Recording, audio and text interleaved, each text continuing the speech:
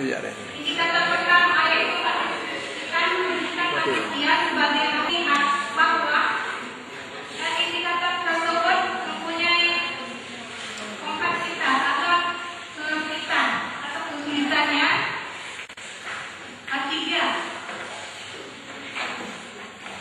Dan daya dukung baik itu serana, kapasitas dan sebagainya itu 2. Kemudian dicek dari daya dan pada sesuai itu 1, sehingga mendapatkan nilai 5,6 perkara dari sebuah indikator tersebut.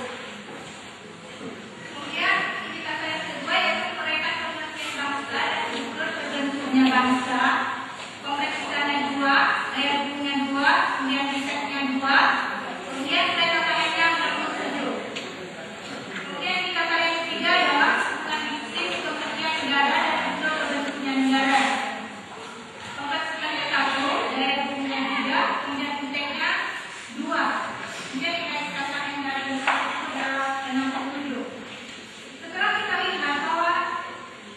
Ketiga ini kita jumlahkan menjadi 3. Nah, sekarang sudah mendapat nilai KD-nya yaitu 63,3.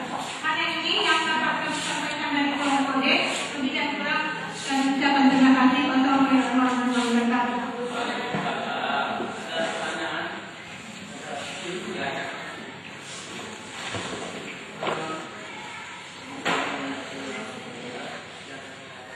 Di